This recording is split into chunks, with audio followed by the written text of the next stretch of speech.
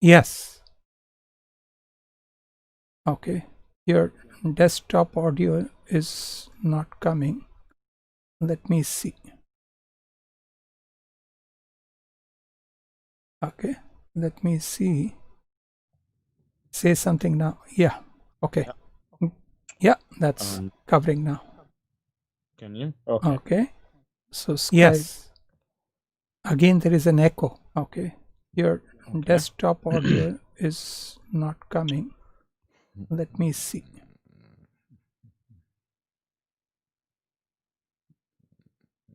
Okay. Let's see. I should not hear my echo now. Faisal? Yeah. Can you hear me? Yes, I can. But the best part is for a change, Faisal, this will be the first time we are running on all three. Yeah, I'm running on Facebook. Okay, let me correct. Check it out. Faisal. Faisal, we are running Yeah. on 3. Well, that's an achievement. And without the audio blues.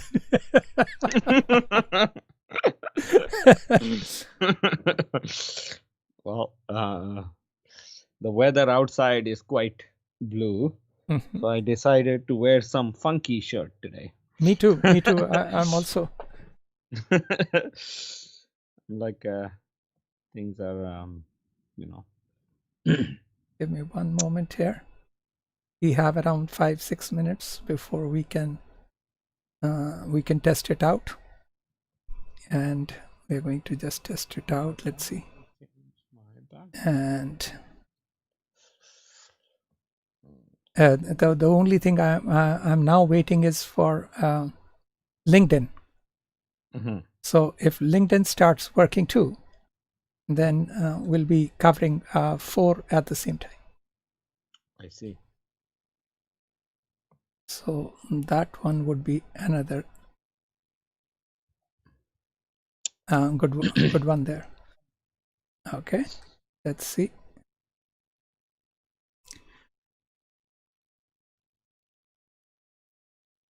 Okay, so yeah, so once you get an idea on that particular one, do so we can check it out. Yes. So on the basis of the preliminary stuff, what do you think it will? It looks like it can be handled or no? Preliminary, yes. Okay. So you have a preliminary is good to go.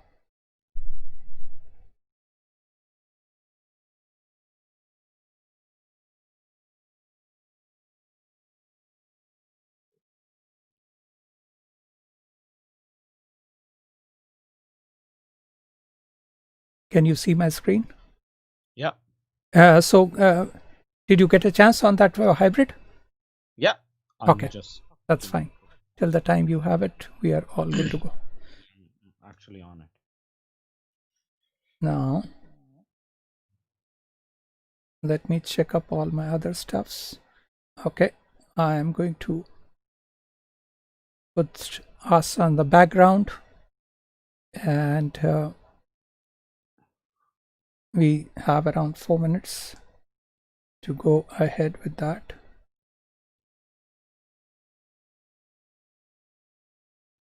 Interesting.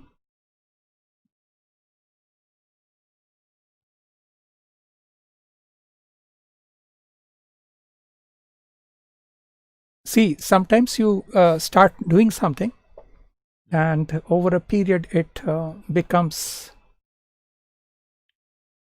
You become an expert. Yes, you are able to put it together, because when I started touching on this particular one, the basic I was trying to cover. See, at this moment we are live on Facebook, we're live on Twitter, and we are live on YouTube.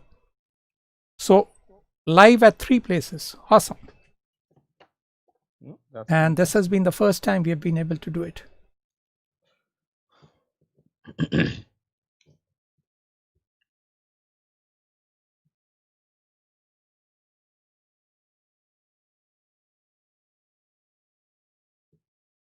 How are you finding the market these days? From what I hear, the showings have dropped.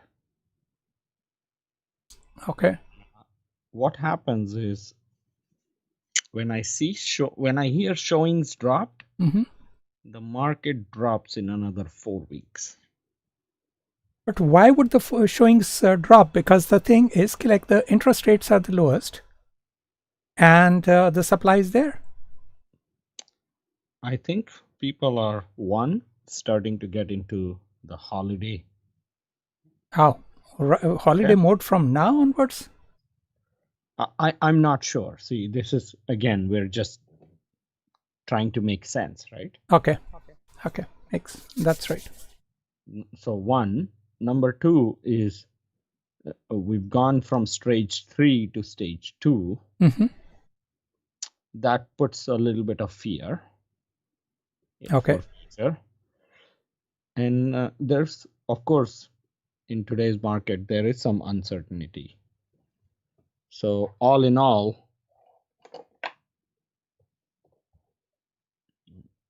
it's a bit of a challenge. Okay. But showings dropping, sir, I don't see. It was a it was a seller's market. Mm-hmm. Very strong. We do need some balance, so maybe this will bring in the balance. Okay. Yeah, because inventory hasn't gone up dramatically. Okay. It also hasn't gone down dramatically. Mm-hmm. So if inventory is same and showings have dropped, to me, that's a bit of a balanced market movement. Okay. Makes sense. And I usually see the change in the mortgage applications Mm-hmm. after 3 to 4 weeks of hearing showings have dropped. Okay.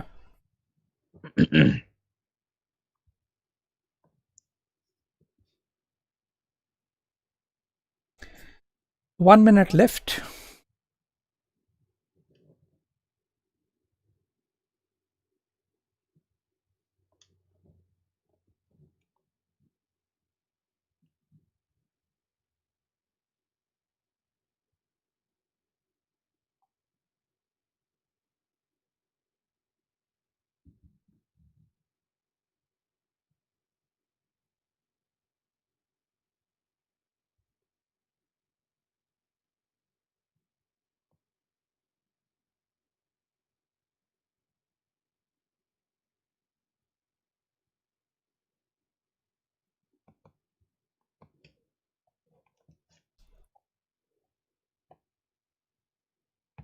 Hi, good evening, ladies and gentlemen. This is Manoj Atri, your host for tonight. I'm a real estate agent with Remax Hallmark, and I will be joining tonight with our expert, Faisal Garcia of Dominion Lending. Let me get a hi from him, and then we will try to address this.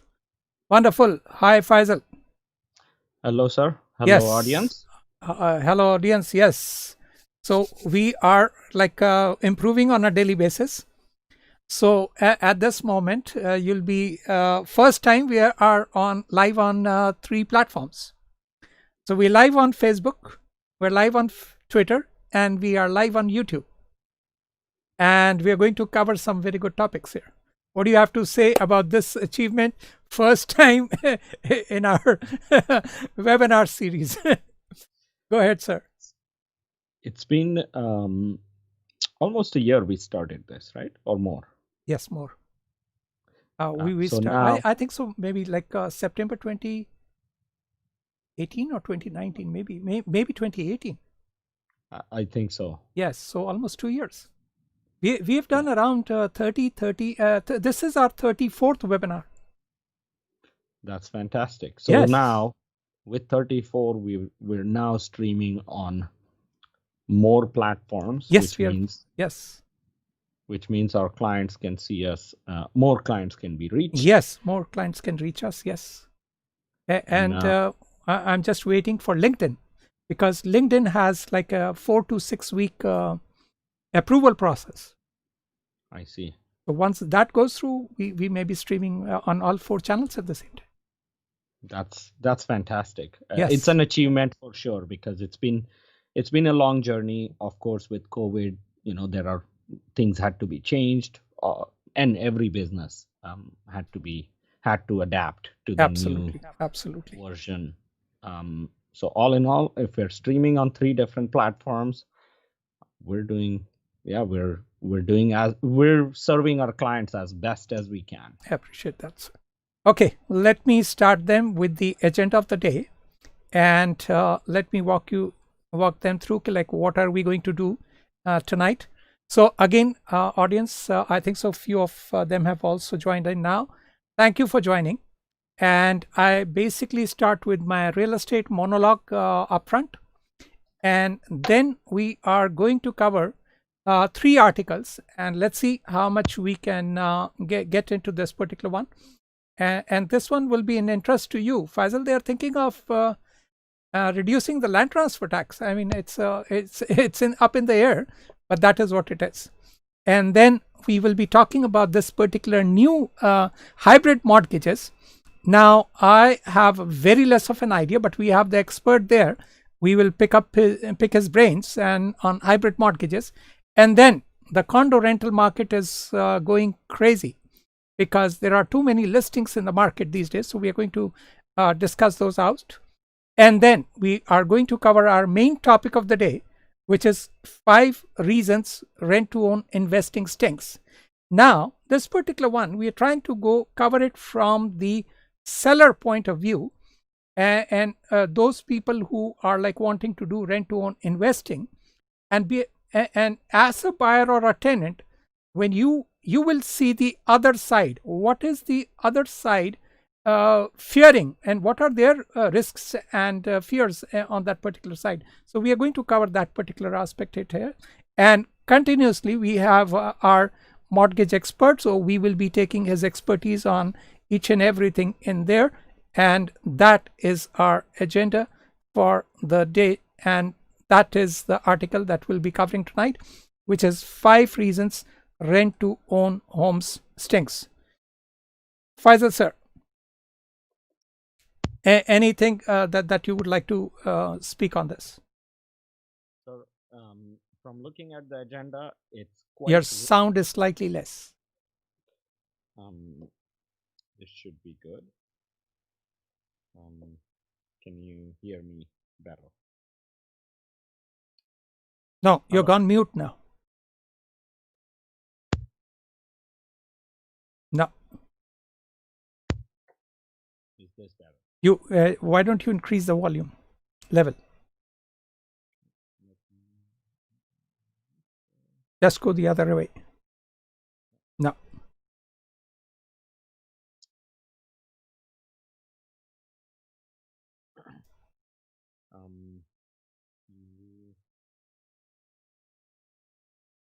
I think so. We spoke. Yes, you need to go higher on your volume. It's increasing. You need to increase more. Say something. Hello. Yeah. You go ahead. Increase it further. Is this better? Yeah, perfect. Now we are hearing you properly. Yes, we cannot lose you, sir. Okay. Go ahead. So perfect. From what I can see in the agenda, one, it is very rich. All the topics that are included are very relevant and lots of good information. At the same time, it is very packed.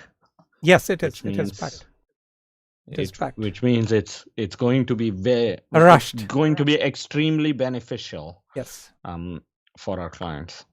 Okay, let me take them to the first topic, and that is condo rentals skyrocket in Toronto as landlords abandon Airbnb. Let me give my 2 cents on this particular one so that public can generally understand. You have to understand this concept very clearly. What happened exactly in 2016, 2017? And this is how I'm explaining it. See if it makes any sense to you. Like Uber came in over, it affected the taxi market. Same thing happened with Airbnb with real estate. Those people who were renting out their property, maybe let's say suppose $2,000 per month, with Airbnb, they were able to make it even all the way up to $4,000 also. So lots of rentals went away from the market and taken over by the new technology that was coming into fray. And that is why these Airbnb was quite one of the components that increased the value in the year 2016, and that's where the real estate skyrocketed like crazy. Now, due to the COVID and due to international air travel coming down to nil, so this Airbnb has stopped quite a lot. And that is why those particular properties have come back into the market. And that's when they say condo rentals skyrocket in Toronto as landlords abandon Airbnb. So, Faisal sir, did I do the proper explanation on this one? Exactly. The basic thing here is Airbnb has gone, and now or it has reduced drastically, and I think so like it will take some time before it comes back. Sir, with COVID, things will always have a little bit of a difference from what they used to be. Will it go back to how it was before? We don't know. But at this moment, what I do see is there is a ripple effect of travel, not people not traveling, and of course for safety reasons. And if they're not traveling, they're also not booking Airbnbs, and therefore they're empty. The mortgage payment has to be covered by someone. If Airbnb is not covering, a tenant has to. And it makes complete sense that the condos that used to be Airbnb now are back in the market. I mean, they used to be rental at one point, then they became Airbnb, and now they're going back to rental. Yes. And in case if we can like figure it out exactly where things are in the market at the moment and where they're going, try to see, let's say suppose if COVID vaccine comes in over by like let's say suppose January, February, and then things starts becoming normal. So by March, I would say by June, July, and if Airbnb and the regular like international flights and things like that, I would say anywhere from 6 to 9 months we should be back. And at that time again, so from the reason that we are trying to explain, I picked up this particular topic here is those people who are looking to go into a rental, it is the best time to go and pick up a place for rental. Am I making sense? Yes. And the thing here is also, see, there is a small window here for around 6 or 9 months till the time things come back to the normalcy. The prices, because see, so many of them are vacant, that means the listings are back in the market and many people may be wanting to even sell them and move on. So that's why even the prices have gone down, and that is why the interest rates have gone down.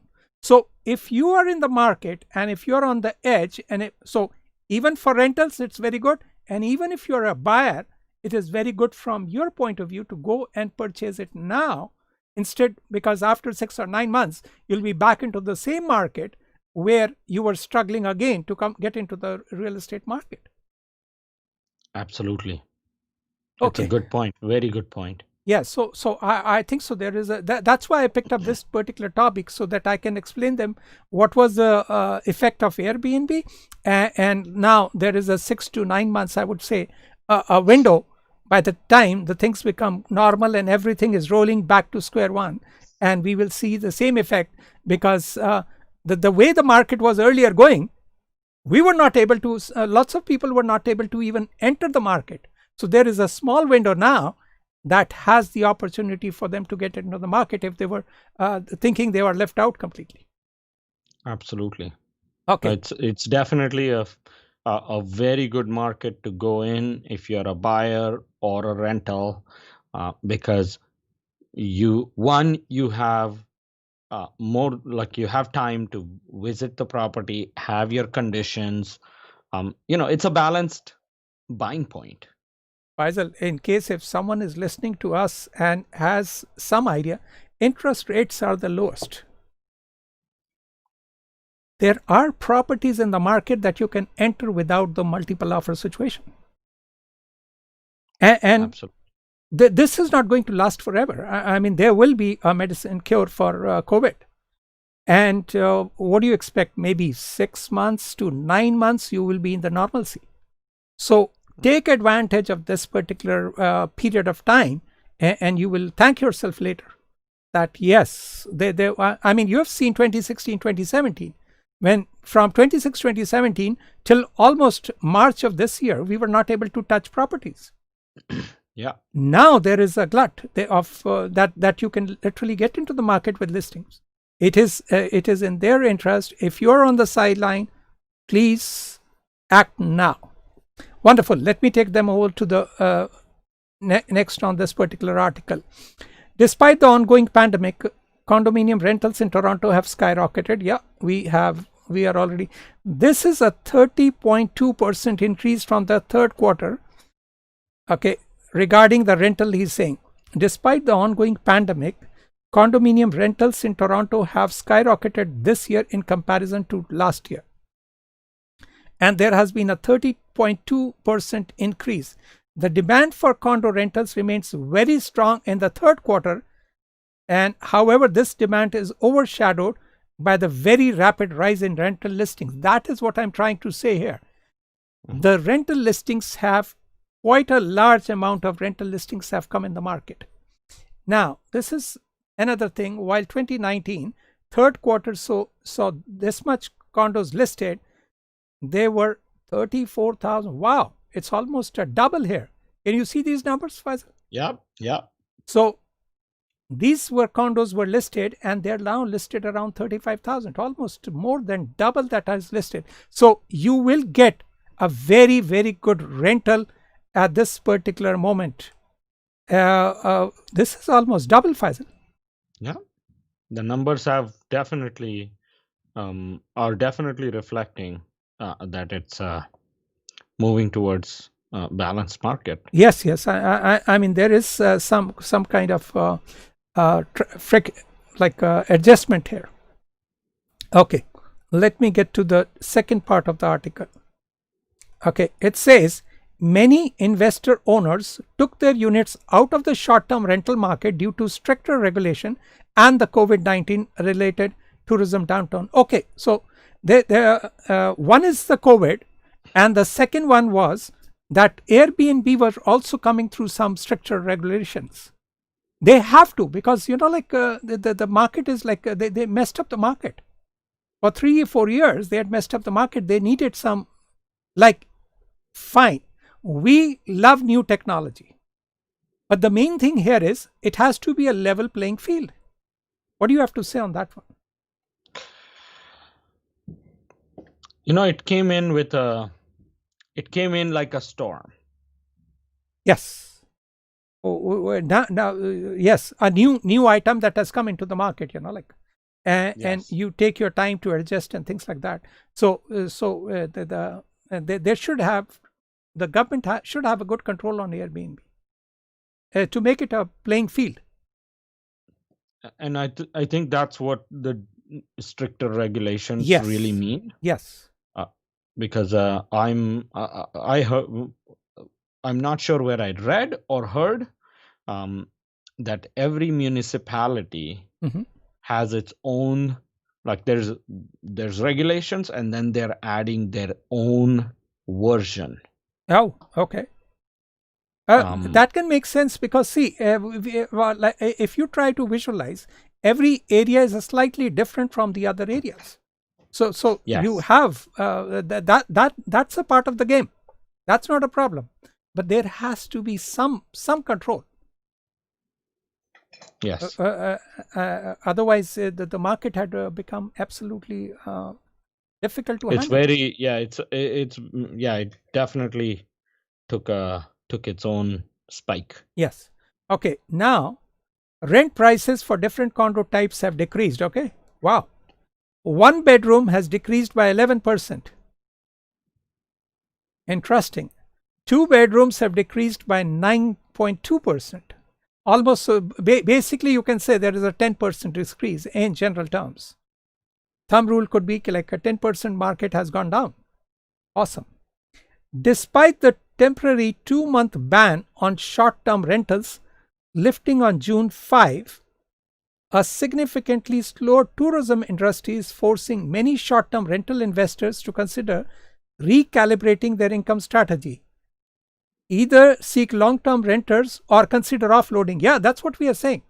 Looks like time to rent is now. That was the bottom line that we were trying to explain from the start of the webinar. It is time in case if like, yes, the rental market is what it is. What do you have to say, Fazil? Yep, the time is now to rent and or act. Yes. So in case if rental is one thing, but Mhm. of course, if you can purchase, this is a good time to get yourself geared up and hopefully make a move. That is what we are trying to suggest, Faisal. What used to happen here is these are the opportunities that we are explaining it. There used to be multiple offers even on rentals. By the time the property was listed, it was gone. And it was even overpaying. Now you have those listings which are available. And apart from that, it has decreased by almost 10%, which is the time to act. So you will not get this good opportunity again. Okay, Faisal, let's pick up another article. And now I just picked it up for the sake of it. And I'll read this line to you and see if it makes any sense to you. Real estate lobbyists are pushing to cut the land transfer tax. And developers want to import a US tax break called Opportunity Zones to Ontario. Did you come across this article at all? No, but the headline sounds very enticing. That is what I was going through the article and I said, let me read this. What exactly is going on? They are saying because of COVID, because of this, because everyone is suffering, why don't you reduce the land transfer tax for 6 months? I said, perfect. I said, let me pick it up. Maybe we will throw in our 2 cents on this one and see, maybe it materializes. And by the time it materializes, so at least, see, where all of these things, you never know. It may happen. It can be a surprise. It starts somewhere, right? This is a good start. When a client buys property, one, the property price makes a difference. Mm-hmm. The amount of down payment makes a difference. The interest rate makes a difference. And the last thing that actually, I'm sure there are more, but one of the other thing that makes a difference is land transfer tax. Yes. Land transfer tax is huge. So let's say if the property prices are reducing, as we looked at the previous article, Mm-hmm. interest rates are low, down payment is as low as 5%, which is already there. If the land transfer tax is reduced, that's even better. Faisal, I have clients, they're like, try to visualize. They're trying to buy in Scarborough or they're trying to buy in Pickering, okay? 10 minutes here and there, 15 minutes, let's say, on the outskirts, maybe. And every time, if they have a choice between those two places, they're always discussing the land transfer tax. Because it's an extra 1% here if you're a second-time buyer. Mm-hmm. And sometimes, and the property values are $700 or $800. So it's almost comes down to $8,000-$10,000 there, which is huge. And apart from the fact here is that money has to come out from your pocket. It doesn't go and gets added to the mortgage.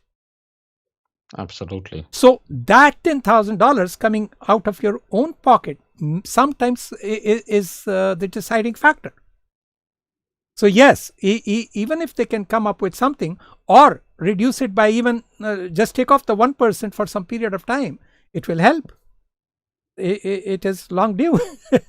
They're coming up with lots of benefits to all of us. Why not this one? So that was the reason I picked it up, and let's see if it makes any sense. Real estate lobbyist wants the provincial government to roll back the land transfer tax and introduce so-called opportunity zones in Ontario. The Ontario Real Estate Association wants Mr. Doug Ford government to give home buyers a 6-month holiday from the Ontario and Toronto land transfer tax, along with other incentives it argues will stimulate Ontario economy during the COVID-19 crisis. Faisal, it can become a reality.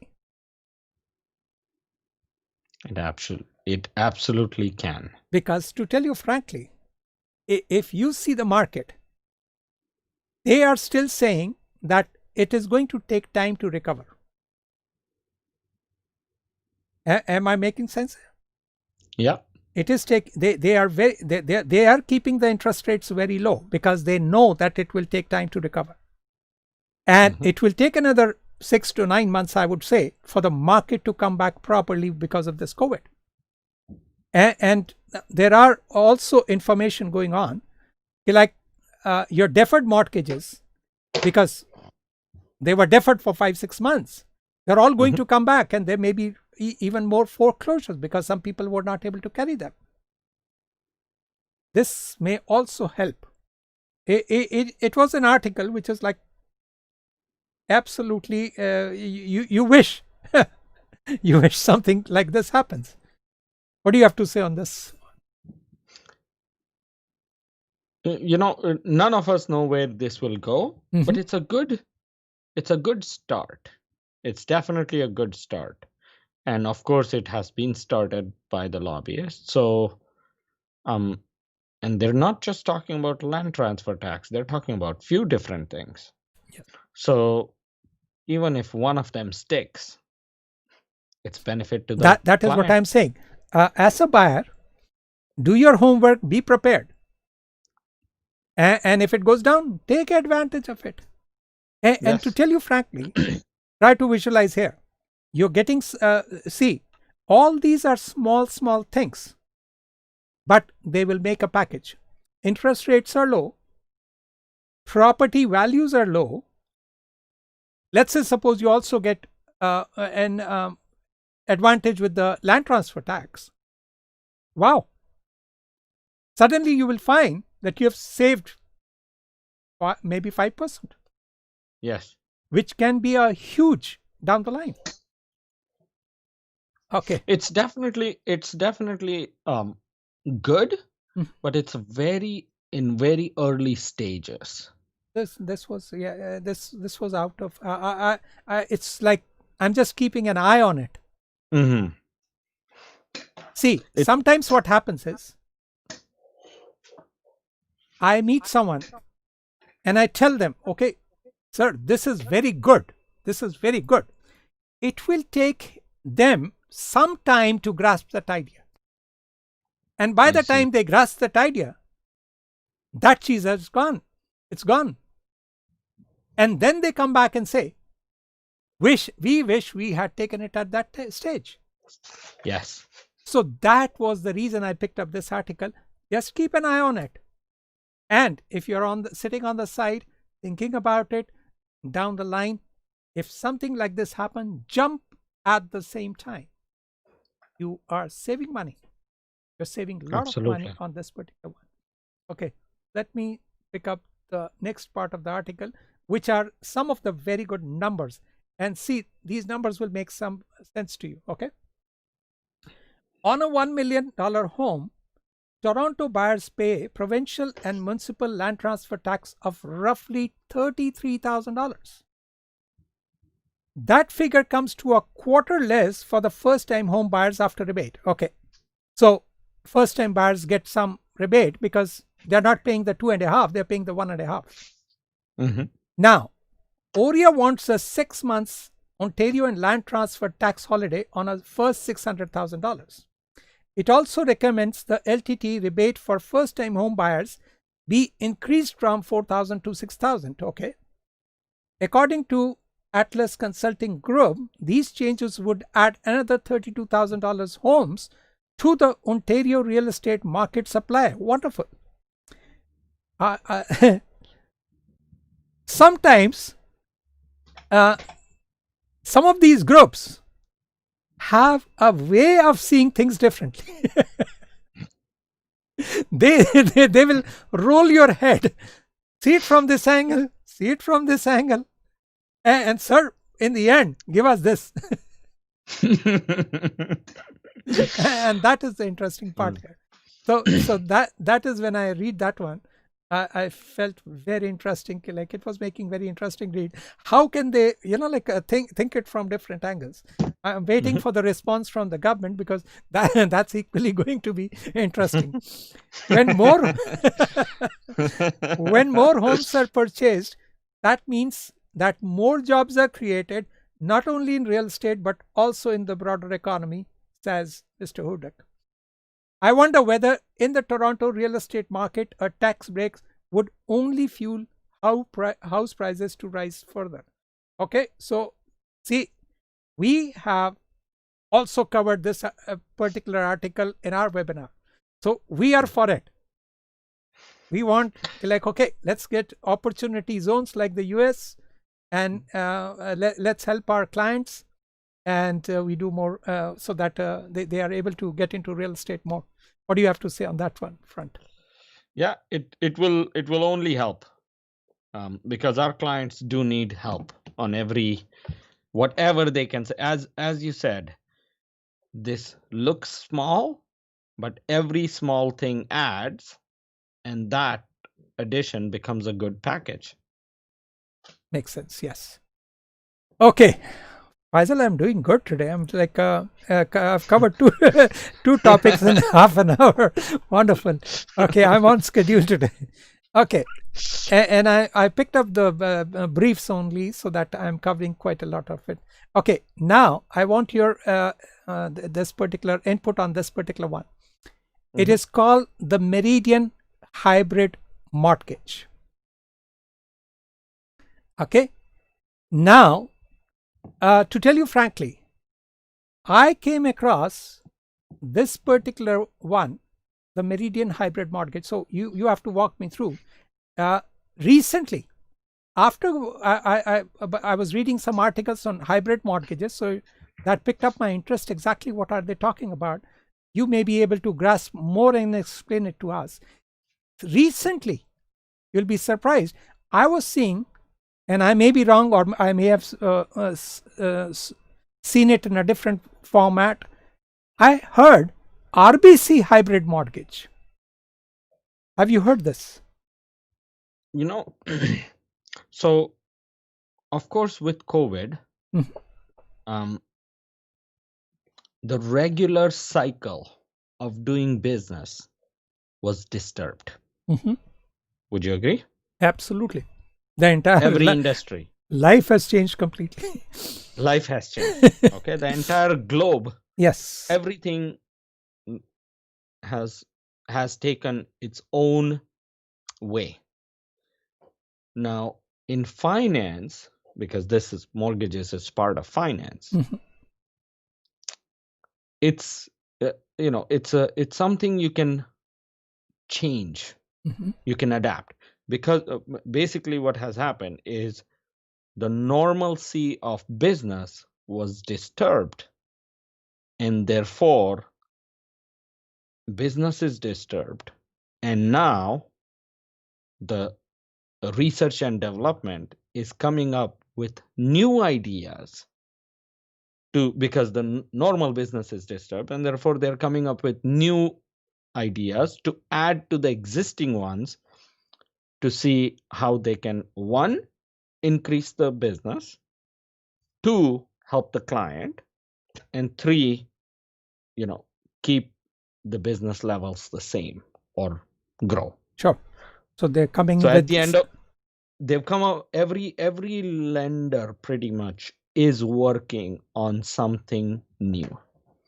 I'm hearing about this from every side. They all have their own format, but to look at this Meridian hybrid mortgage, they may be the first ones to start. There may be other lenders that will join to it. Yeah. Now, when you said COVID had disturbed completely, it had literally affected us quite badly. Now, I mean, after like almost from March, we were doing our regular webinars in March. We literally went dead for first 6 months. We couldn't, I couldn't put them back together. It was so much of a change, and so many things went off the road that now we are back. Now we are getting some semblance of like, okay, this is the structure, this is how we have to work. So you like completely go through a new cycle of change, and now you are getting back into the main format again. But yes, COVID was quite a drastic change. Now, so this Meridian, let's make you go through this particular article here. So this is the Meridian hybrid mortgage, and the reason I picked it up was this was a new term that was coming in over. So I wanted to understand like maybe this is of something of interest, and in case if it is of something of interest, many people can pick it up and can read about it. And so I want you to like get me some more details on this particular one, so that next time we are able to assist some clients on this particular one. Okay, now I'll read this particular part to you. Here is, it is, they are only giving this to people who have 20% down payment. Okay, so it's not open for everyone, but those people who have a 20% down payment, that's what I could understand from this. So for next time, maybe you can go more, dwell more into it. And now I'm going to go through this particular chapter and see if it makes any sense to you. With our hybrid mortgage, you can borrow up to 80% of a home's purchase price. Okay, are we clear on this one? So 20% you have to have, and 80% they are giving it to you. Making some sense to you? Yeah. Okay. The loan portion makes up 60%. What do you mean by this particular one? So there is two portions. Okay. So in a typical mortgage, it's just one portion. Okay. So in hybrid, okay. In hybrid, there is two portion. There is 60% and 20%. Okay, so 60% is the main. Conventional mortgage portion makes up 20%. So 60% is the hybrid. Okay. The 20% is normal. So like let's say, suppose for argument's sake, if I'm putting down 5%, so 5% is my down payment and 95% is the conventional mortgage, which in this case is 20%. Yes. Okay, makes sense. The hybrid, okay, to apply for this mortgage, you will need a down payment of at least 20%. Okay, we are clear on this particular one part of first paragraph. The hybrid mortgage is based on a 5-year plan. Okay, as your income increases over time and your financial situation improves, you can move from the hybrid towards standard mortgage. What does that mean? Essentially, it's a 5-year hybrid mortgage plan. Okay. When the 5 years is up, you can move that to a standard mortgage provided your income supports. So that means like for this 60%, you're getting some benefit? Yes. Lower monthly payment. That's the benefit. Okay, let's see. Okay. For example, are you here with me on this example here? Mm-hmm. The home you want to purchase costs $850,000 and you have a down payment of $170,000. This means you need a mortgage of $680,000. Okay. The two parts of the hybrid mortgage are broken down like this. Okay, let's see. So 20% is your own down payment that you came up with. So 60% is a hybrid loan for 510 and 20% is the regular conventional mortgage. Is that right? Exactly. But what is the but in terms of the number, what exactly happens in terms of the number here? Is this is at a different rate and this is at a different rate, or what? So they both may be at different rates because one of them is not a conventional mortgage, it's a hybrid loan. However, on the hybrid loan, your payment is lower because they are structuring it as interest only. Oh, interesting. Wow. So you can save $400-$500 here. Exactly. So this is like, let's say, so here, are you sure this is like interest only on this particular one? Interest only, yes. So even for a 500, our regular mortgage is around 2,300, and interest only maybe around 1,500-1,600. Am I making sense? Yes, you're absolutely right. So that means you're almost, I would say $500 easily, even more. Yeah. On a per month basis. It says right there, if you scroll down, it says the larger portion of your mortgage is an interest only loan. Where does it say that? As you scroll down, why the hybrid mortgage is a good idea. Just about how do you know if the hybrid mortgage is right for you? Yeah. Okay. Just scroll down. Okay. Third paragraph. You pay principal and interest on the smaller conventional portion of the mortgage, which means you reduce your mortgage principal on the highest interest rate portion. Okay, interest rate portion only. Awesome. Faisal, this is like good. This is not bad. No, this is a great product. We always used to ask, Faisal, do we have anything which is interest only? Yes. So this is the portion which is interest only. Yes. Oh, wow. Okay, but yes, it can bring down your per month by $400-$500 easily. It is not a bad go. No. Faisal, you need to look more into it. Yeah, it's the only challenge I see is you need to have 20% down. We are talking about those particular people who have 20% down. That means those people who have 20% down, you are now, okay. So this, they have to have minimum 20% in a conventional. Have to. Okay. See, to tell you frankly, if you are on $1 million property, this could be huge. You're almost talking like $1,000 per month. Difference, yes. Maybe more. Maybe more. We should do some calculations on a again on a 500 at this particular rate. Can you do it fast? On a 500K, how much is the on a regular mortgage? How much is the mortgage and interest only? 1 second. Let's do some numbers crunching here.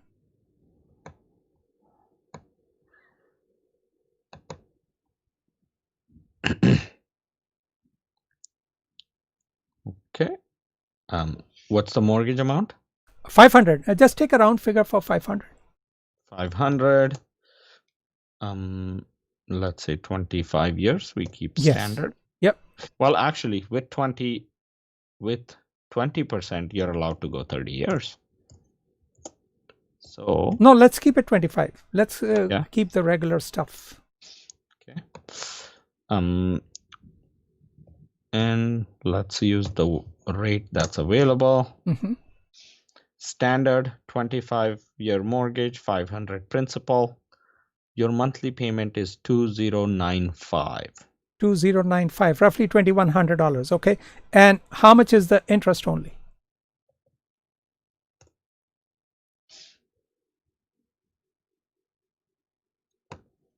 One second. I'm just confirming the calculation now.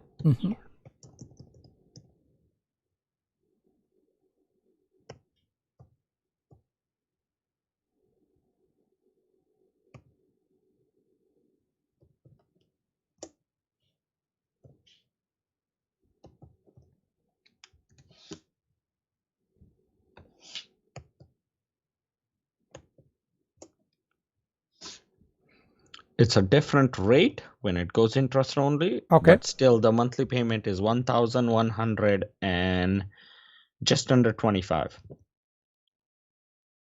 Faisal, this is almost like $1,000 difference here. Are you sure? Yep.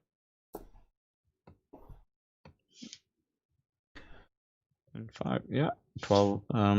The most I would say 500-600. The most it would be is 1,300 payment. Let's just say. Okay. So 800. I was to $700-800 minus 1,300. Yeah, that's what. Yeah, so $800 difference. That is what, which is huge. On a 500,000. Yes, on a $500,000 property, you're talking around $800. So even 700 or 750, which will make a huge difference on a per month basis. Yeah. So if your credit is good and if you have 20% down payment, look into this hybrid mortgages, and you will be saving quite a lot. So basically, you're not paying the principal anytime. You will pay principal on a smaller portion of the mortgage. Yeah, that is on the 20%, but on this 60%, you're not paying it. You're not for now. Okay. But it is also a hybrid loan, so they may the lender may allow to pay a lump sum. Wow. Okay, and let's say suppose you want to still pay those $700-800, that will be exactly going into your principal. Absolutely, yes. So almost $8,000 or $10,000 per year, you can bring it down. And you're hitting the principal exactly. Yeah. And Faisal, I think so. You should do more. Try to do a deal or so you can get how much is the penalty interest in case if you break it down and things like that, and get into it and see and test out also, because I read somewhere RBC hybrid mortgages also. That may also, so you can compare two products and see where things are. Okay. So did I pick up something good for you? You've given me some homework for next time. For next time, okay. I've given you some homework. Okay. Let me see. Anything else before I move over to our main topic of the day? No, we're on schedule. We are on schedule. Yeah, 7:45. Let's get back on the topic of our day. So let's roll over. Give me a moment before I can get some interesting facts on this one, and then I can start explaining some of the other things in this particular one. Okay. 5 reasons rent to own homes investing stinks. The reason we picked up this particular topic here is we're trying to explain you. This is how the rent to own program goes. So you have a concept and an idea. You can go and pick up any property which is there on the MLS. Now, an investor comes into the fray, he or she buys that property out for you, and you do a rent to own from him or her. So that is why the investor comes into the picture. Now, sometimes you will call me and ask me, do we require a down payment? Do we don't require a down payment? And that is why I'm trying to explain it to you from how the investor looks at this particular rent to own format, and so that you can understand the other side, so you can gear up whenever we are asking you for some things, that so that you understand this whole program from all angles. Faisal, am I making sense? Yep. Lots of time people ask me, like, why do I need the down payment? And I need to explain it to them, the risk that the investor is coming up with. And that is why I picked up this particular topic, so that let me explain it to them. How much is the risk that the investor is taking on you? So once you understand how much risk he or she is taking, that is why you can be very sure that these are serious issues, and nothing should go wrong. And that is the reason I picked up this particular one. And let me walk you through on this particular one in detail. Okay. Now, let's explain it to you. I have picked up the 5 reasons, and I have missed out on one of the slides. Okay. The first one is the property values. Okay. These are the 5 topics which we are going to cover in details. And let's start with, so I'll just run you all the ones that are there. The buyer and tenant down payment blues. Third one is the buyer or oblique tenant credit repair issues, the buyer tenant loss of income issues, and in the end, trying to deal with the buyer tenant from hell. So these are some of his challenges. Let's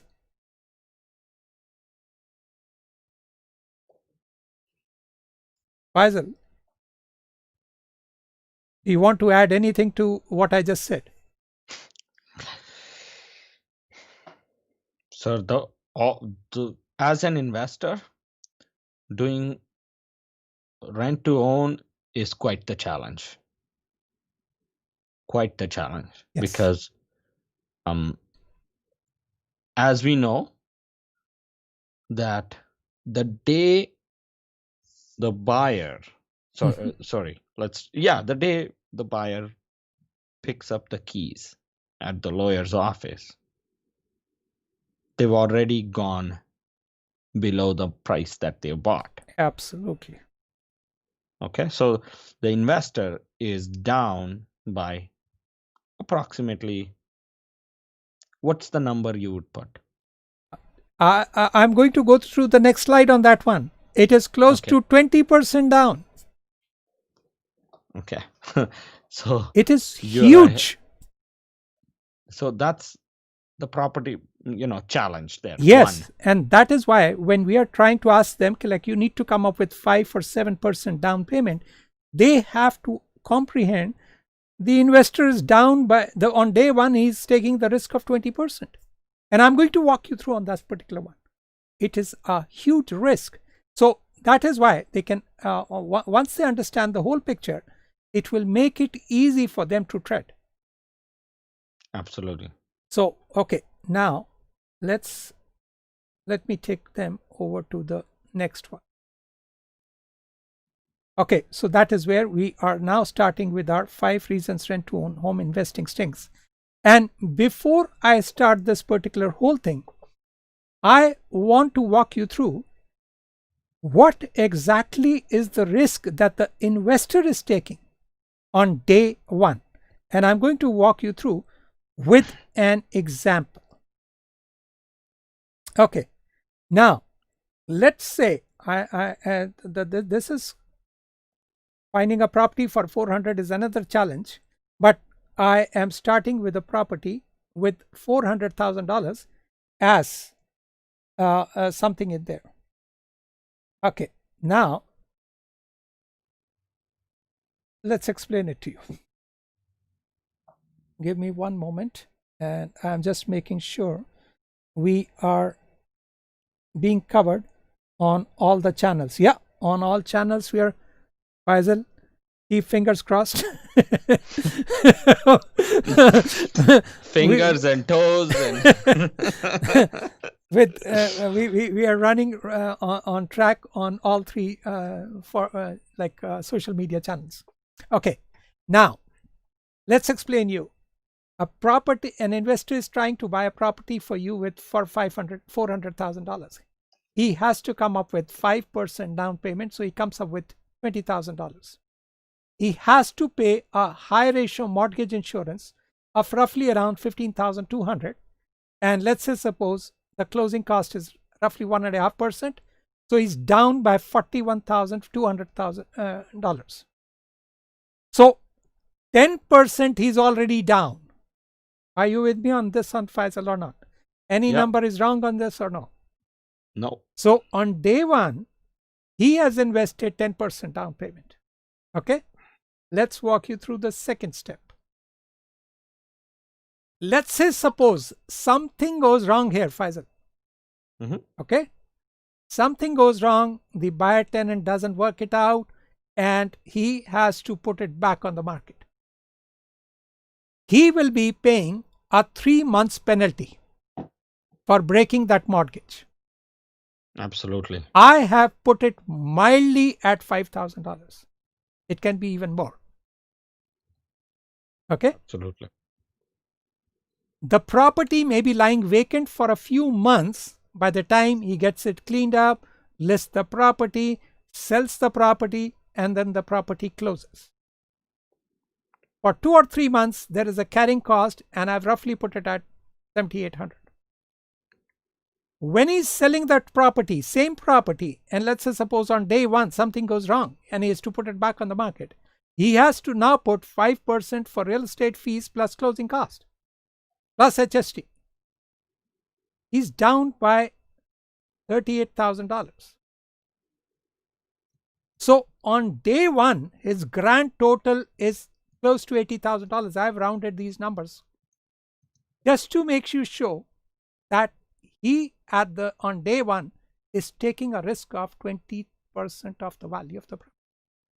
So that is why whenever we are trying to ask a rent to own buyer or prospect, this is the risk he's taking. Are you with me on this one or no?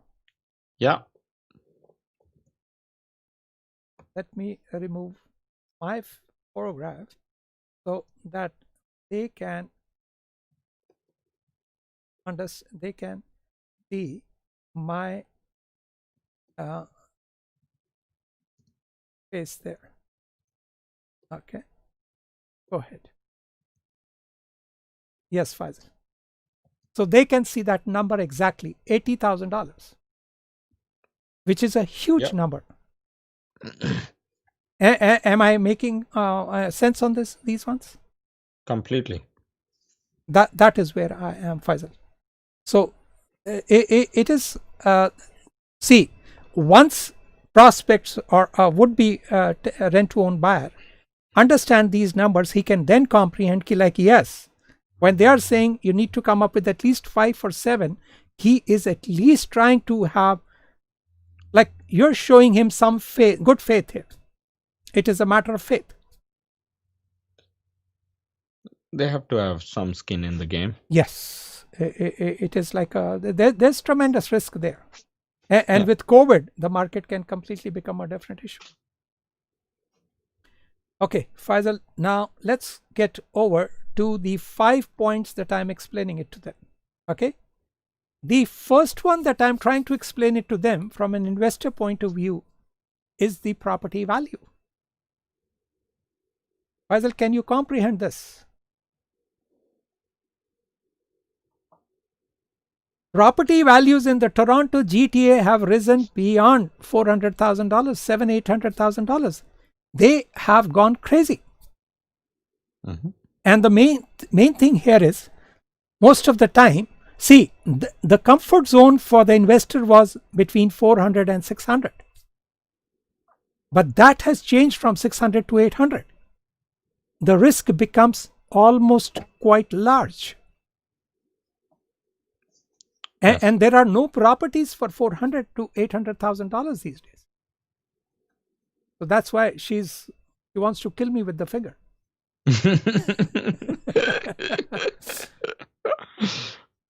There are. Am I like? Did I pick it up explaining it to you? This is where he is, because see, even for a $400,000, the rent-to-own buyer requires an income of around $100,000. Mm-hmm. That is their comfort zone, because see, if once you have an income of $200,000 for a property for 800, you might as well go and purchase it on your own. Mm-hmm. So the people who were struggling were between 400 and 600, but we don't have properties in that particular price range in the Toronto, even in the GTA areas. Though we may have, like for the next 6 to 9 months, we may have some there, but that is what the investor is struggling these days. And the main thing is, the moment you go outside the GTA and surrounding areas, their values do not increase that much. So the risk factor becomes absolutely greater. Yes. What do you have to say on this particular one till the moment I take a breather here? Yeah, you're absolutely right. Like it's as you go outside the GTA, border, let's say, numbers are different. Yes. And then it's a much different calculation, and it's less enticing for the investor. See, the investor has one thing at the back of his mind, that the property should also be appreciating accordingly. Yes. Because if anything goes wrong, because this is like a minimum 3 years or 5 years time frame, lots of things can happen.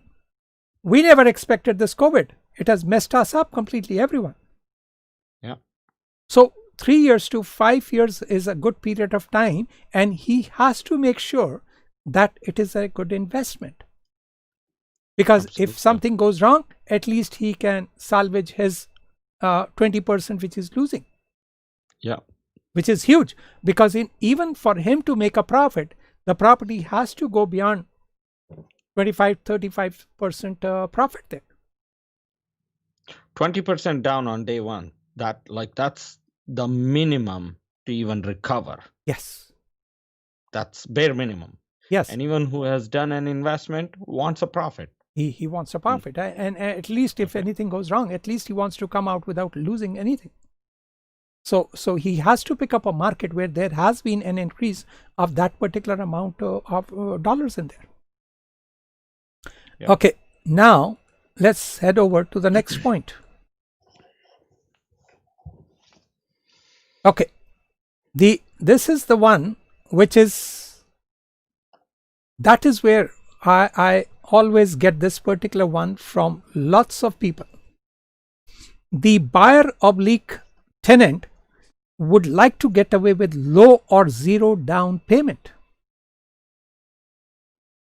How do we address this? That's why I picked it up, wanting to explain it to them. You cannot get away with low down payment. His risk is tremendously high. You have to have 5 to 7%, and on this particular one, you cannot get away with low down payment. Yes, here is the difference. If you are buying or doing rent to own, in buying situation, we may be able to get you cash back. But in the rent to own situation, we cannot get you the cash back. You have to have your own funds. Absolutely. And anything else you would like to add here? No, it's pretty clear. So see, from many number of these webinars, we have been explaining it to them. Whether you're trying to buy or rent to own, the income requirements, they do not change. The down payment requirements, they do not change. The only thing that is a change is the credit. So you're doing rent to own. If you have bad credit and you're fixing your credit so you can get a mortgage, and that's the only difference between rent to own and buying. So that's what we are trying to clarify them. But your concept, like you can get away with the rent to own with the first and last, no, it doesn't work that way. We have already shown you the calculations where the investor is at 20%. So you need to come up with 5 to 7% minimum down payment. And if you are past bankruptcy, consumer proposal, they may require more, all the way up to 10% down. So because you will require in a bankruptcy, let's say suppose you're getting discharged in 5 years, you will require another 2 years to reestablish credit. So you're now 7 years before you can even get a mortgage. Am I right? Yes. And same thing is with the consumer proposal. Is that fine? Right. Yes. Okay. Let's head over to the third part of the number 3. Okay. This is your expertise. Credit repair. Faisal, the investor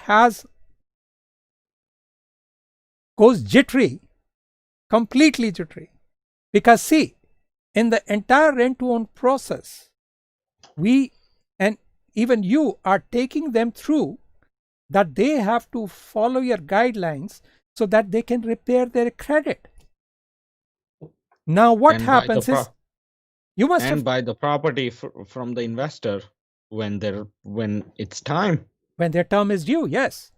Now you may the buyer. Okay. I mean, we are not saying all of you are not going to give it a try. Yes, there could be, you can come up across some challenges and maybe difficult to repair your credit. But then there are some few people who just don't follow those guidelines. You must have come across. Why don't you give me some examples on your credit repair? There's 3 parts to getting things done. One is there's a part that I have to work on just myself. Mm-hmm. There's a part that I have to work with the client. And then there is a part that the client has to work on their own. Okay. I can guide them, mm-hmm. but they have to do it. An example would be making payments at certain dates. Okay.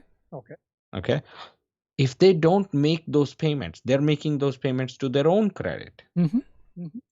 But if they don't make payments on that date that is suggested, the score doesn't boost. Okay. Interesting. Okay. Very interesting. That's one. Mm-hmm.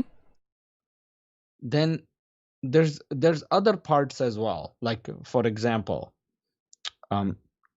let's say I'm in the process of repairing client's credit. Mm-hmm. One of the things I say is stay away from credit checks. Okay. Because every time you do a credit check, you're losing points. Okay. But let's just say even with Borrowell or like these credit karma and things like that. No, but it's still a soft check. Really? Yes. Okay.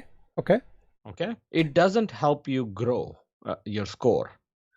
It won't take points away, but it still holds you back. I always thought like these are like these are not affecting your credit at all. So they hold you back. They don't affect. What I mean by that is, let's just say you go for an auto loan. Okay. You go to 5 places. Mm-hmm. Your score is going to be dropped by anywhere between 6 and 10 points each place. Okay. So it could, and I'm going to do a quick calculation. Yeah, easily 5-6 places, 35-40 points have gone down. Yes, so 30 to 50 points have gone down. Mm-hmm. if you keep checking every, let's say, week on Borrowell or Credit Karma, it's generating a new score. So it's holding you back because it still shows up as a soft check. Okay, so what do you do in order to avoid this? Because see, you're very curious. You're trying to repair something and you want to know, okay, has it been repaired or not? How do you handle this? You are allowed to do those checks, just not as often. Okay. Okay. Another aspect is, and this is huge. I mean, Credit Karma, Borrowell, that's not as big of a challenge. Another aspect is, and I had this interesting client where they walked into and I had mentioned them. They had a closing coming up. They needed a score, and I said, do not do any credit checks. Stay away from it. Okay. They walked into Canadian Tire, and as you walk in, there's usually a greeter that says, "Oh, welcome into the store," so on. "Oh, we can give you a free pen if you sign here, get a credit card." That is true. Okay. Now, at that time, you're in a shopping mode. You don't think of it. Yes. Okay. It's not. It's just client not thinking. Yeah. Your mind and is. I had a conversation with them 3 weeks ago. Yes. So in 3 weeks, lots happens. Yeah, you forget things. Yes. You forget things. So signed, done. Credit card is applied. It's coming in the mail. But now I've lost points. So stuff like that makes a difference. Okay, so basically, do not check your credit regularly. Yes, checking once a year is recommended. Absolutely, just like you go to a doctor. You do your health check. It's suggested to check your credit once a year. But any more frequent than that, it's I would say, okay, stay away from that unless it is absolutely needed. Okay, now I've been hearing like walk me through on this particular one. RBC or some other banks may also be doing it, but I was talking to someone. Whenever she gets her monthly statement or something, or whenever she goes online, she gets access to that information. What exactly is that? It's a problem. No, it's they get the information. It's a lot different than retrieving information. That's called credit update. They have a credit update. It shows up in their banking system. They're just looking at it. They're not seeking. There's a difference. But versus when you go to Canadian Tire and you sign for that free pen, you are losing points. You're losing points. So okay, so that was one point. What was the other points you were wanting to say? That's one. You go to an auto loan is a big problem. Anytime you apply for an auto loan, it's never one. I'm yet to see a credit application, a credit report with only one check. They seem to go 3, 4, 5 places before they find one. Oh, because you're shopping for cars. They're shopping for. So what would be the suggestion? Just take your own credit report? It's a hard one. You can take your own report, and until you're buckled down as to this is where you're going, I suggest you work with your own. And then at the very end, of course, the lender needs to pull the credit report on their own just for their file compliance. But work with your own for as long as possible. Okay, makes sense. Okay, let me get back to the article. So this is where we are trying to walk you through that the investor has lots of risk involved, that when he thinks that you as a buyer or tenant may not follow the guidelines given by a mortgage broker or an expert, that you can follow and repair your credit and you get a mortgage at the end of your terms. Not only all the problems can lie with you, you may encounter challenges on your own also, and there can be like a COVID situation, anything can happen and it may throw you off. But from an investor point of view, these are some of the challenges he is working with. Okay, next one is income loss.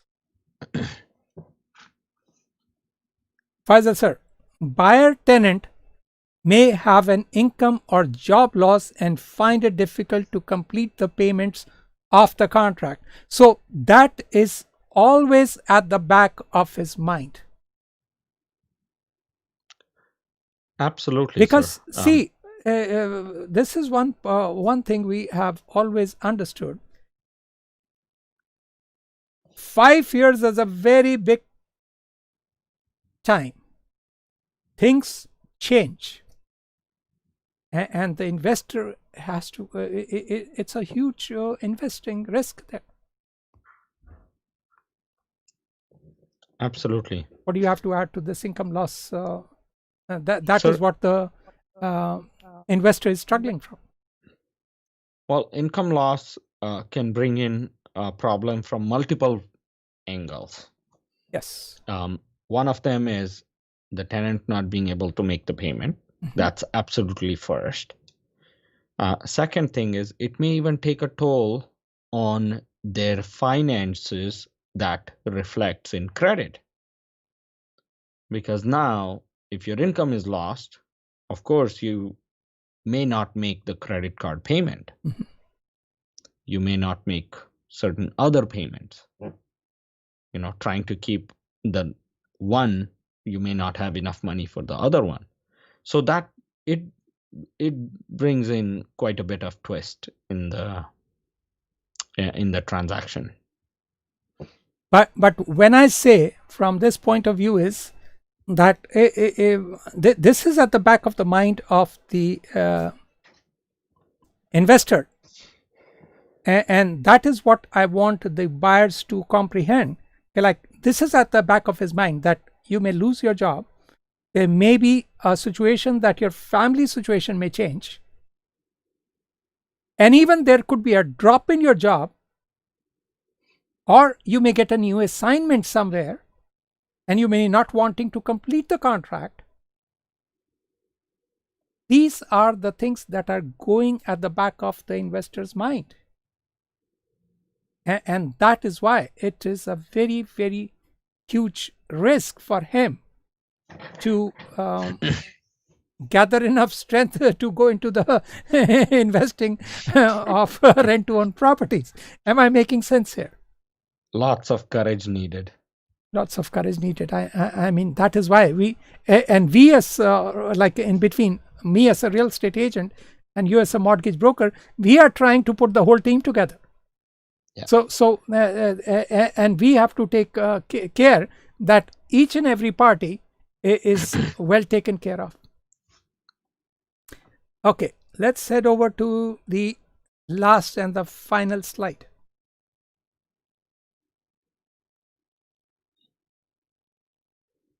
Faisal, have a look at this photo.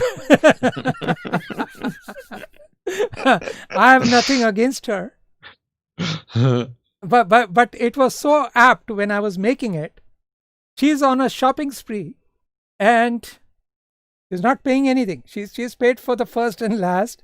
She's into the property now. And Faisal, you, I think so. I've opened up a few of your wounds. Professional tenant. Wow, how did you get into it? Why don't you share a few things here?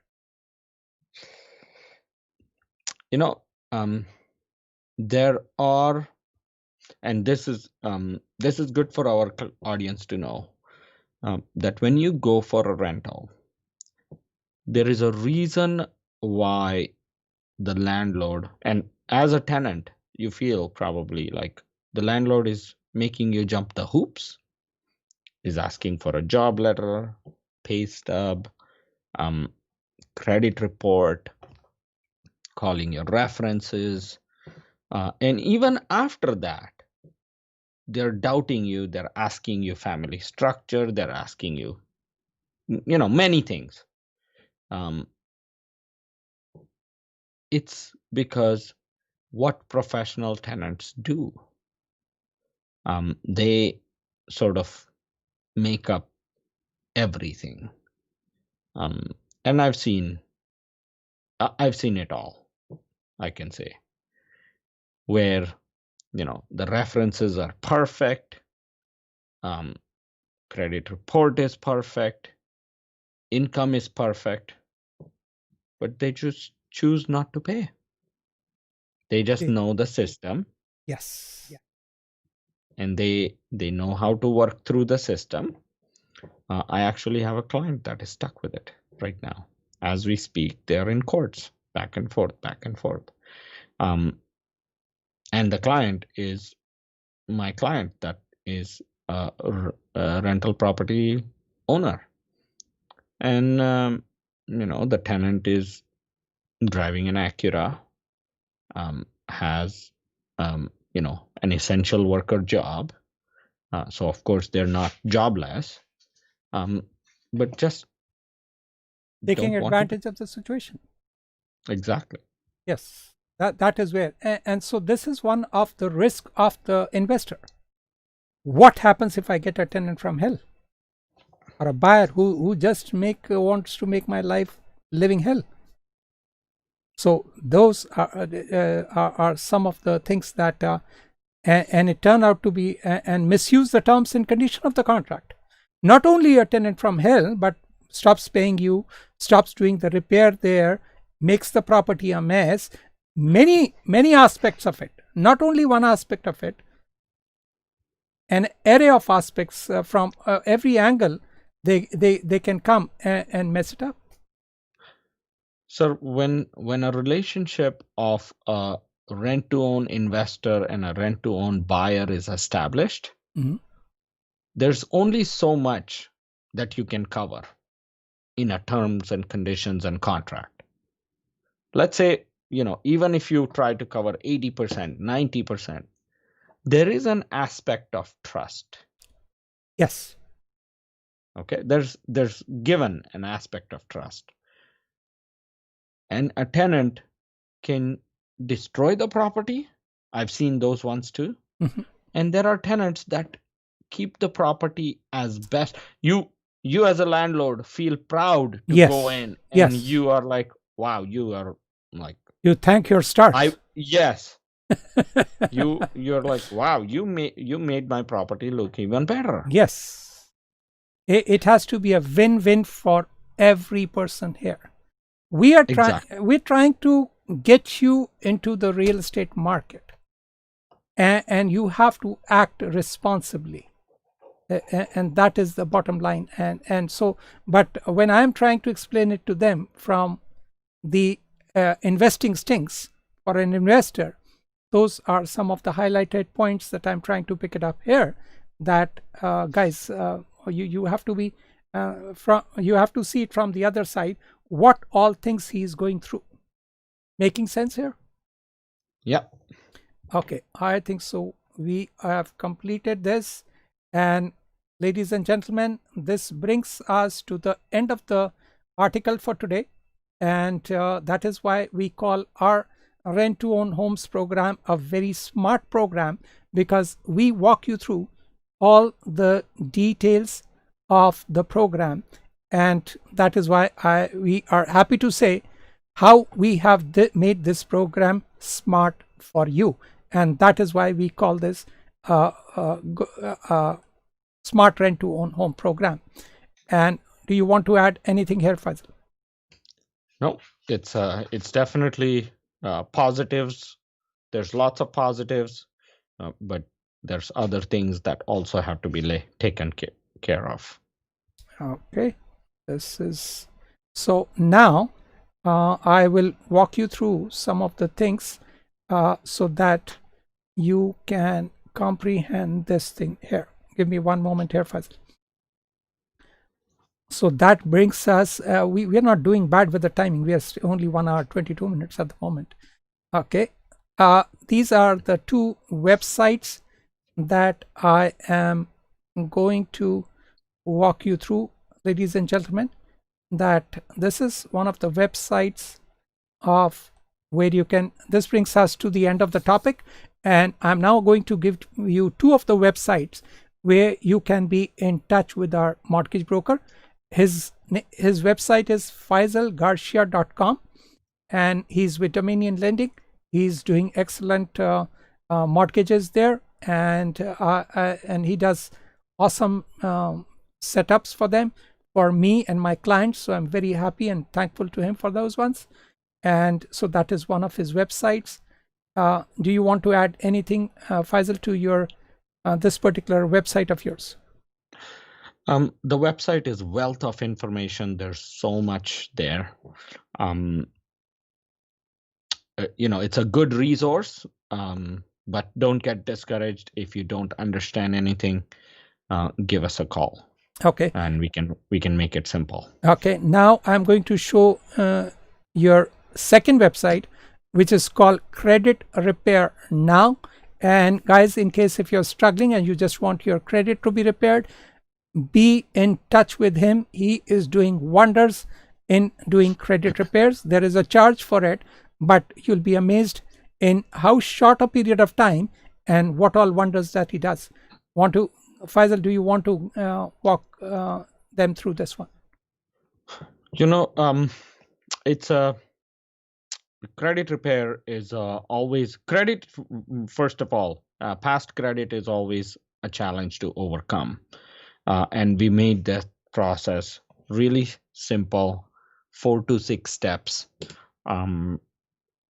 Things can be done as fast as 3 weeks, 4 weeks, as long as things work out and client cooperates, of course, with the speed, because sometimes clients are also working and they're busy and they're, so on and so forth. But yeah, as long as you want to get that repaired and you're on the ball, as I said, client also has to do things, and so do I. We get it done together. 3 to 4 weeks, you will see wonders. The points go up quite a bit. And last time you told me, how short was the time frame there? 3 weeks. 3 weeks, and in 3 weeks, from what credit score did you bring it from? I forget. It was in 400, and we went all the way to 600. Wow, 400 credit score to 600 in 3 weeks. And how much did you charge? It was $699. So roughly around $700.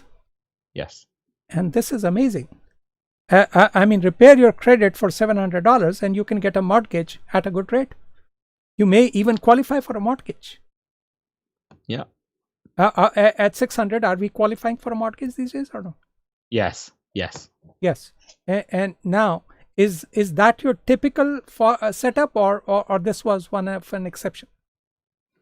No, it's a typical setup. I've seen similar results for a lot of my clients. So you have become quite an expert in this handling of this one. It's been quite some time now. So over and over, you sort of repeat the process and get it perfected. And you're keeping the charges also very minimum, huh? The goal is to get the client up and running. Awesome. This is really, really good. We really appreciate that, Faisal. You're putting your hard work in there. Now, ladies and gentlemen, these are two of my websites that I'm going to walk you through. One is manojatri.com. There you can come. This was the webinar page which you guys had come, and you must have registered there. And this is the page that we generally have. And some of the other things which we are doing are, we buy houses in any GTA areas, any condition. We have lots of good investors with us, and they would love to buy in any area, any condition, and they will act as soon as you want them. Then we can also guide you with power of sale and bank foreclosure GTA listings. Send me an email, and I'll be more than happy to provide you with the hot hot power of sale, distress sale, estate sale, bank foreclosures listings right there and then for you. And this is the one that I want you to look into it. Zero down with the cashback program. And yes, there are, it is low or zero down. We can bring it almost as down as possible with cashback programs. And Faisal, is the 5% cashback program that you are having still working well? Yes. There's other ones that are better, because then there's other conditions that also work well. But 5%, yes, doing well. We're doing so basically you put down 5%, you take a cashback for 5%. 5%. So we are actually touching zero down. Is that making sense? In the net, when you look at it, net, yes. Almost. I mean, that is what we have been explaining to lots of them, that we are bringing in very close as. Okay. Best time to call you. Yeah, I will, as soon as I finish the webinar, give me half an hour after that, and that will be the best time to call me, Eddie. So there was a query there, Faisal, just to give you an idea. Okay. Rent to own homes. That is what we have walked you through various webinars. You can go on this particular website also, and you should be able to see lots of webinar. See here, we have done almost 34th webinar we are covering. So you can go from, click on this. You can go through 1 to 10, 11 to 20, 21 to 30. And we are in this particular one where we are covering the 34th webinar here. And so that is where we are covering it on alternate Mondays. So Faisal will be available on the 16th for next webinar between 7 to 8 p.m. And we cover a few topics, and then we cover the topic for the real estate part of it. So those are the ones that we are doing. And then nowadays you can also call me to seek how much is my house worth, and I'll be more than happy to guide you there and walk you through. Anything that you would like to add there, Faisal? No. It looks, your website is full of information, lots of information. I appreciate that, Faisal. Really appreciate that. Okay, now, ladies and gentlemen, let me take you to one of the main pages where you can come and subscribe yourself. This is called MA in Real Estate. And this is one of the newspaper articles that I curate. I curate around 8 to 10 articles on this particular one and email it to you on a daily basis, which gives you a very good idea where we are in real estate in the Toronto GTA area and where we are going. And these articles will give you an insight, and I curate them for you and I email it to them for you. So just go there and you can subscribe yourself there, and I will be more than happy to assist you any further on that particular one. That brings us to the end of it, and the link of this particular one is in your email, or also you can come in over on all my emails. This is gta-news.manojatri.ca, and you can come on this particular page, and you have a link on this particular website here, and subscribe yourself and get into the latest of the real estate in the Toronto GTA areas. That brings us to the end of the webinar today, Faisal. 1.5 hours perfectly. We were still trying to keep it as tight as possible, but I think so we like chatting a lot. This is our time on alternate Mondays. We come here to chat.